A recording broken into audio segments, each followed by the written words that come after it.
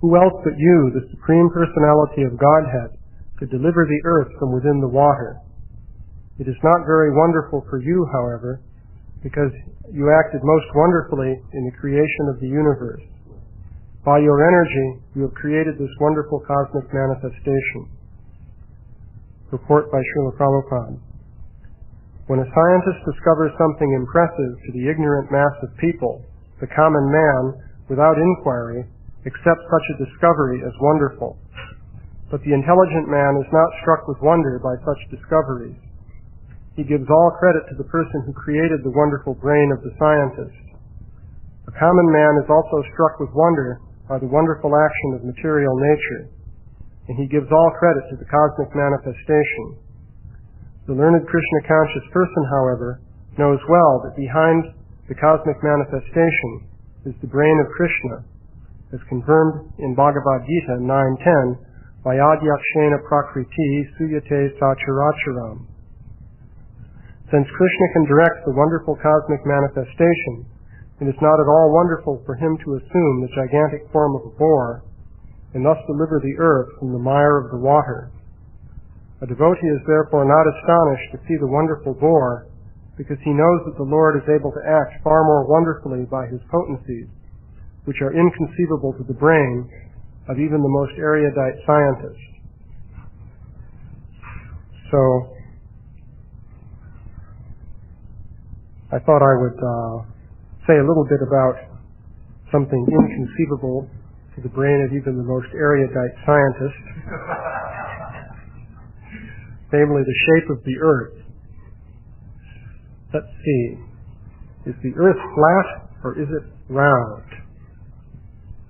Well, of course, the Flat Earth Society is sort of an archetypal fringe organization in which you will only find people completely devoid of anything resembling sanity. So we certainly couldn't say that it's flat. What is the shape of the earth? I thought I would read from some conversations with Srila Prabhupada in Vrindavan, which dealt with this topic. Let's see. There are two conversations which shed some light on the topic, and they're kind of interesting. Let's see. The first one, this was in Vrindavan, July 5th, 1977. So, devotees who are there were discussing with Srila Prabhupada about the shape of the earth. And they were seeing that in the fifth canto, it seemed as though the earth was flat, basically. Rather mountainous, to be sure, but still not exactly a globe that you could go around. And they were raising a question about, well, suppose you start in Los Angeles and you go to Japan, and then you go across to India, let's say, New Delhi, and you keep on going over to London, and you cross over to New York, and you wind up in Los Angeles. How do we explain that? So they were asking this question. So we have Bhakti Prema. We have to reply to this question. They say if we start from Los Angeles and arrive Japan, according to Srimad Bhagavatam, Prabhupada, Japan and Los Angeles and India, that is not the whole thing. Bhakti Prema. Yeah, that is not the whole thing, but it is a basic point. Prabhupada. Insignificant. Bhakti Prema. According to Srimad Bhagavatam, if we start from London, Prabhupada, that argument also I have refuted. Just like animal, he is bound up. He is rotating around the log, and within that there may be Japan, there may be Calcutta, there may be Los Angeles. You can think this is there, but that is not all. Within that rounding circle, whatever is there, you may think this is all, but that is not all. He is limited conditions. Within that limitation he is speaking, but Himalaya and other things far beyond their limitation. That I have already explained. He's speaking within his limitation. Our position should be to correctly represent what is described in the Srimad Bhagavatam. But if there is some question, we should ask. Just like I'm answering to the reasonable point, that if you are conditioned, within your condition you can see, you can experience, but beyond that you have no right to see. What is Los Angeles, Calcutta, Japan? This is very insignificant space. And they're talking of that. We are talking that Himalaya mountain, we have crossed over Himalaya. We have conquered outer space. How can they think of it? So this is one conversation. So the example here is of a bull or an ox which is hooked up to a central post so that it goes around in a circle for threshing grain. So the animal has its senses constrained so that it's going around in that circle. But it's part of a larger continuum. But because of the arrangement of the harness and so forth, the ox only can go around within a circle. So this is an analogy to illustrate the idea of restriction of the senses. So Srila Prabhupada made the interesting statement that if you are conditioned, within your condition you can see, you can experience, but beyond that you have no right to see. So this is a restriction that actually limits your power to see within certain limitations. So Srila Prabhupada is explaining then that this area that we know about in which you have Los Angeles, Calcutta, Japan, and London, and those places, is a very insignificant part of the total picture. So that's one conversation. Now there's another one that he had, which also sheds some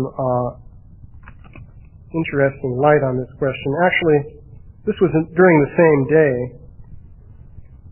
They're talking about the same topic. So Srila Prabhupada was referring to the fact that the earth is compared to a lotus flower in the Bhagavatam. So let's see. Where do we start here? Prabhupada. So within the limit, suppose the lotus petal, this way, that way, or this way, Tamal Krishna, you're asking us to draw the details and make a planetarium very exact. Prabhupada, yes. Lotus petal. It is round, so in one lotus petal you are conditioned. You cannot go. Tamal Krishna. So far that hasn't been said, but if you say that Bharatavarsha is the petal of the lotus, but I think if you look at the Bhagavatam, I'd have to see it, what it says. There is a statement that it may be the inner portion of the lotus. And what we do, it has to agree with the Bhagavatam. Prabhupada. Lotus petal. There are so many petals. You are conditioned with one petal. Tamal Krishna. If that's the explanation, then it can be somehow adjusted. Prabhupada. You do not know what is going on outside. Devotee. There's so many round parts of a lotus petal. Tamal Krishna. Yes, that part could be adjusted. But there's a place within it, the center part, there's no petals. In the middle of the lotus, there's like I don't know what you call it, it's a flattish area. They show Krishna standing sometimes when they draw a picture of Krishna on a lotus. Prabhupada, that's all right, but your place is in. Prabhupada. Tamal Krishna, that we accept. Prabhupada. That we have to hear from authority. Tamal Krishna. We accept that. I'm just thinking. Prabhupada, unless you are obstinate, you have to accept if you are convinced. Tamal Krishna. We accept. Prabhupada. There are so many millions of stars and moons that we cannot go. Tamal Krishna. Let's see. Where does it go here? As we are conditioned, so everyone is conditioned. Our planetarium will have to show the actual fact. Prabhupada, yes, that fact we have learned from Bhagavatam. Tamal Krishna, so far we have not drawn this fact correctly. Prabhupada, that is your ability. That is an inability. That is another thing. So there are different questions. Finally, Prabhupada says, that is the explanation. Petal. So, just to put together these two conversations, one comes up with an interesting picture of the situation of the earth. There is a description in the Bhagavatam in which Bhumandala, well, specifically Jambudvip, is compared to a lotus. Now, in the center of a lotus that's fully developed, there's a sort of seed pod, which is a cone-shaped object in the center, where all the seeds are located. So that corresponds to Mount Meru.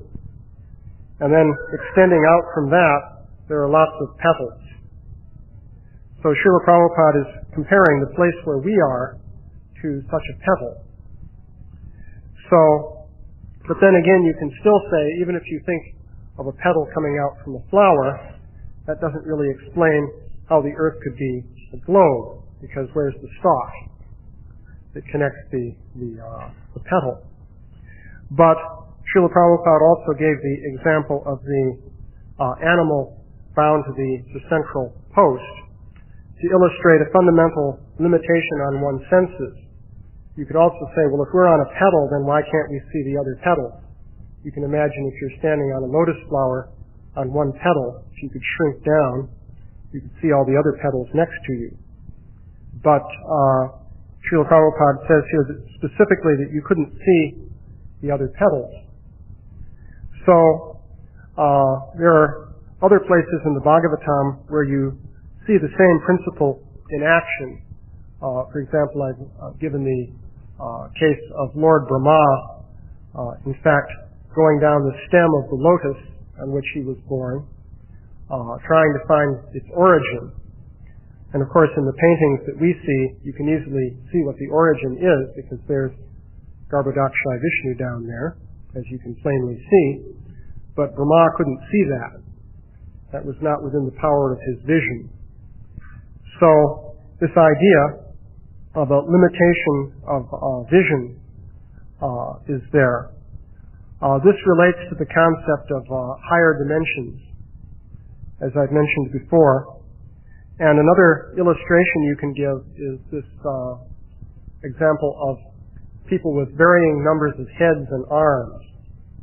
For example, consider the pictures you see of Ravana having 10 heads.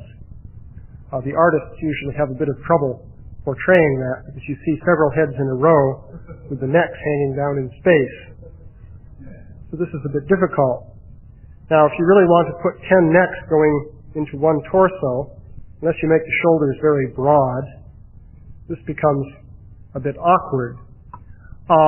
You can imagine, of course, accommodating 10 heads if you, let's say, made the necks very thin, or something like that. But then there's the description of Lord Brahma's visit to Dwarka, in which Krishna revealed to him all the Brahmas from other universes. And there you have Brahmas with hundreds of millions of heads, for example. Actually, there's a painting by Jadharani in Teachings of Lord Chaitanya, in which she tried to portray this. It is rather difficult. You see what looks sort of like a Christmas tree of heads. But it turns out, though, that if you go to higher dimensional space, you can accommodate all of these things. In fact, another example would be the many arms that come out of one shoulder.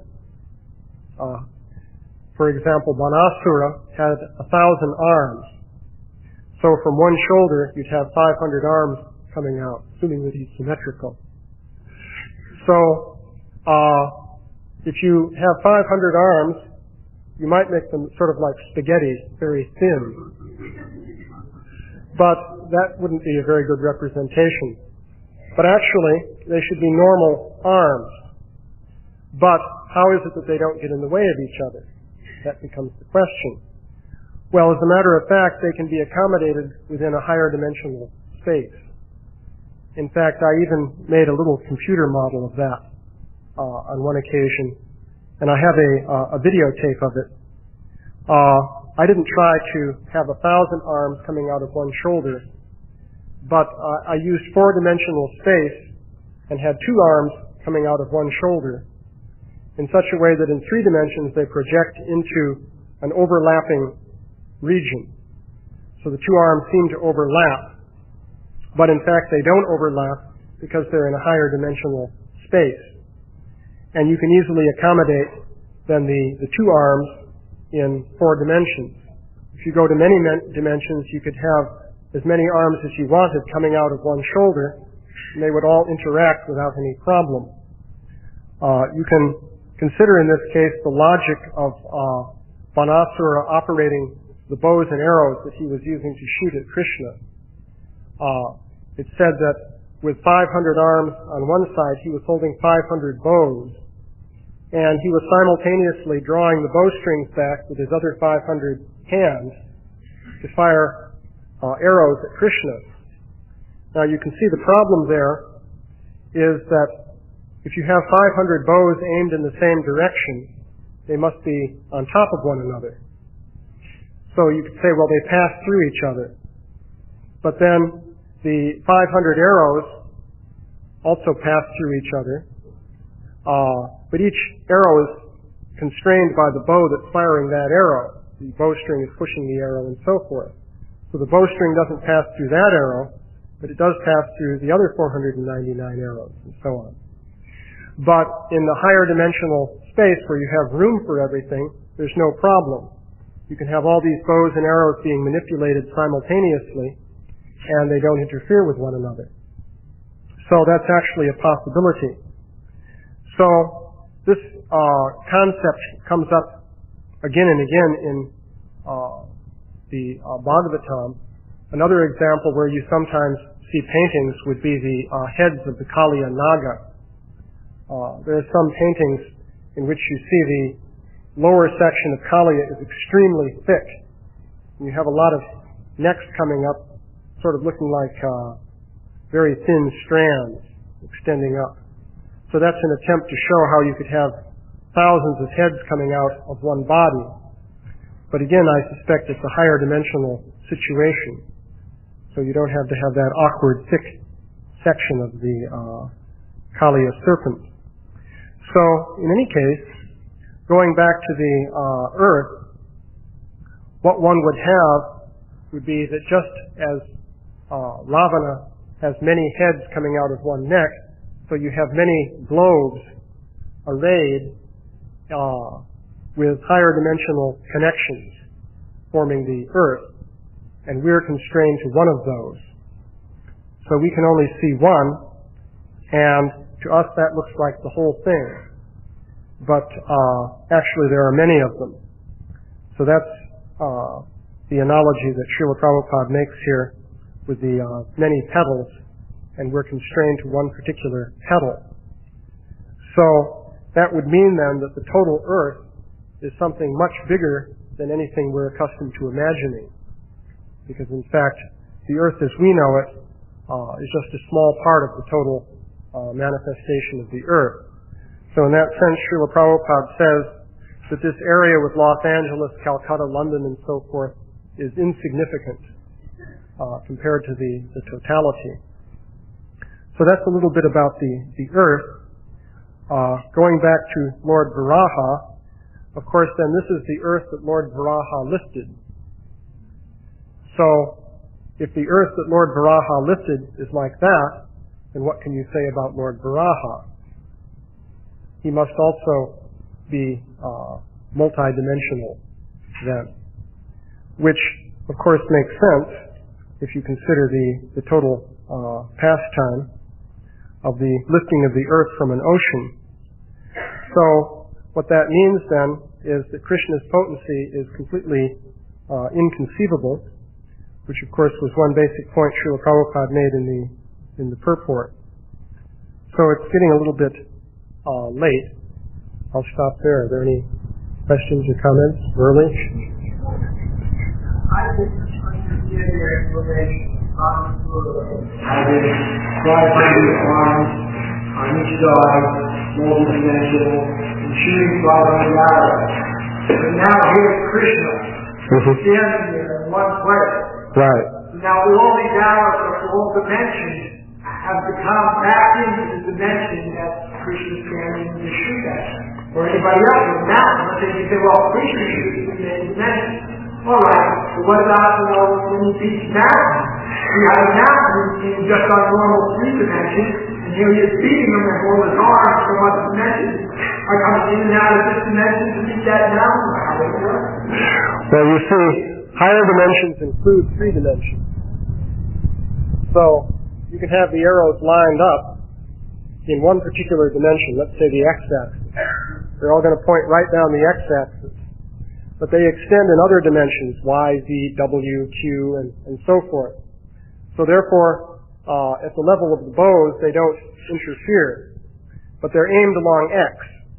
Now you can keep them aimed along x, but then the next step you have to do is shift the w and y and z coordinates and so forth, so that they all are going through the same space when they hit the target.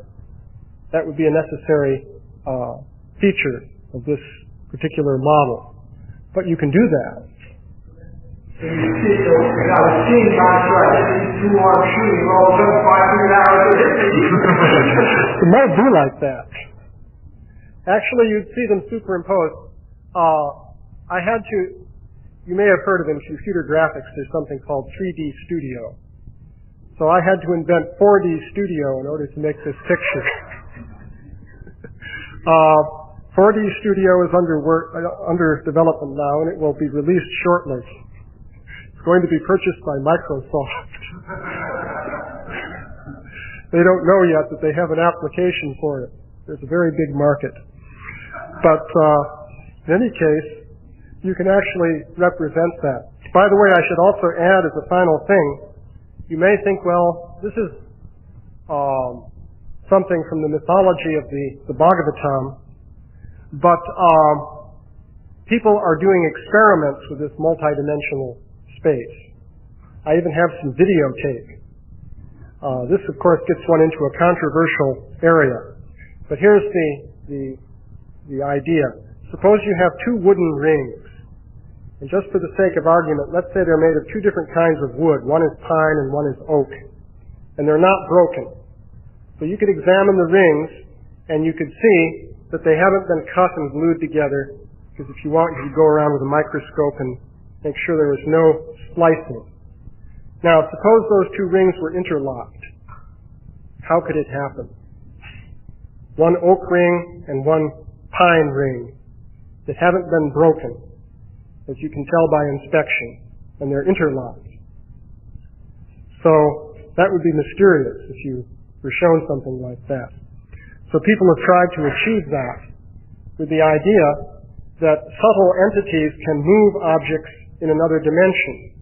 It's actually very easy to see that if you had 2 rings that are separate, being separately carved, and if you could move one ring a little bit, let's say in the W dimension, leaving X, Y, and Z, then in the X, Y, and Z dimensions you could pass them like this, and there'd be no collision because they're in different W positions. Then shift the other rings W back to 0 again. Now they're interlocked. So I have some photographs of objects like this, which have been linked. So, in any case, only photographs. There's a guy down in Vero Beach who claims to have the object. Well, I've seen, but I can't say that I inspected them with a microscope to make sure there were no cuts. You see, there are various limits to one's investigation. But anyway, I just thought I'd mention that because this idea of higher dimensions and all that is involved with it may also be something with empirical verification, interestingly enough. Yakushar? Well, I was going to do here, the question of the globe, that rock is the globe. Round globe. So those are the lands. What says? All round globe. That Varaha picked up? Yeah, we go to picked up a globe, not a bullet. Yeah. Well, if you want to go through the Shastra, you'll find that... I know that. He picked up Bhumandala without a doubt. The whole thing. No, it's not. It's more like a disk that extends 4 billion miles. It's very clear that he picked up the whole of Bhumandala. So there are both commentaries and specific verses that say that. Also, if you look in the Vishnu Purana, it's very elaborately described how he picked up the whole of Bhumandala. Vishwanath Chakravarti Thakur, I mentioned this in another class. Vishwanath Chakravarti Thakur did a calculation in which he shrank in Bhumandala a little bit from the shell of the universe. I mentioned this last time. By 17,000 yojanas, I believe it was. This provided a gap so that Bhumandala could move up and down.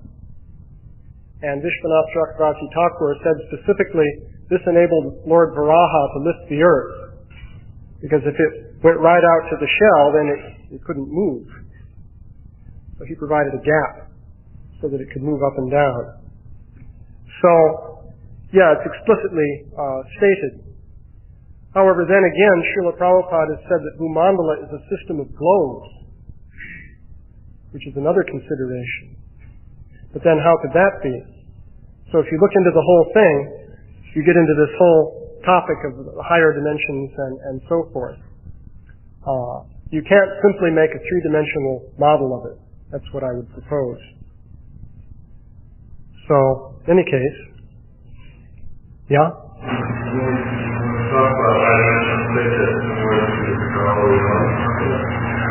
You could say, just like you're familiar with X, Y, and Z. Well, why stop with X, Y, and Z? Suppose there's a W and additional coordinates. Mathematicians have worked this out. They generally deal with what they call n-dimensional space, where n is any number you want to pick. N could be a billion if you like. So you can have higher dimensional space.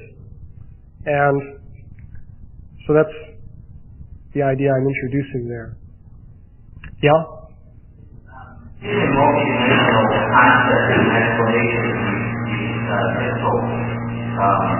it seems a little bit too easy. How do you reconcile that with science and views? They say we see the Earth as a global floating there in space, and you say, well, you just don't see it because your senses aren't equipped with the other dimensions. And that's like, that's an easy answer, but there's no proof for that. How do we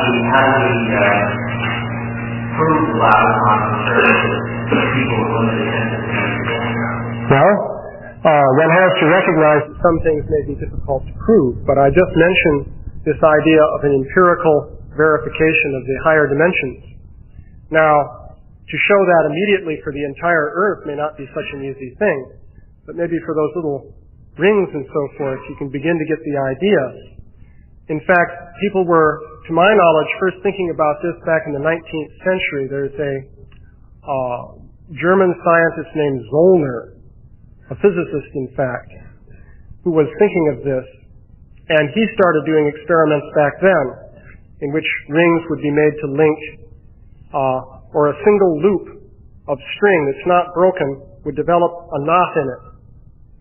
Imagine you have a continuous loop of string. Without breaking it, can you put a knot in the string? And he demonstrated that. But you can't do that in 3 dimensions. But you can see very easily if you can go into a 4th dimension, you could put a knot in the string without breaking the string. So it's possible that there may be some evidence that these things could exist. By the way, another interesting point is in physics, in the most respectable area of modern physics, there's something called the Kaluza-Klein theory. You may have heard about Einstein and his search for a grand unified theory. He wanted to unify electricity and gravity in one formula. Well, way back in the 1930s, a man named Kaluza thought of a way to do it. he said, we'll add another dimension of space, and we'll write Einstein's own equations for 5-dimensional space. Einstein already had 4 dimensions because he treats time as a dimension. So he already had 4-dimensional space. So Kaluza said, we'll add a 5th dimension and write down Einstein's equations just with the modification for going to the additional dimension. And that gave him a theory that included electromagnetism and gravity in one unified formula. And it worked. So he wrote, but maybe that's not the only way you could, there are other possibilities there. So there's more to this whole subject than meets the eye.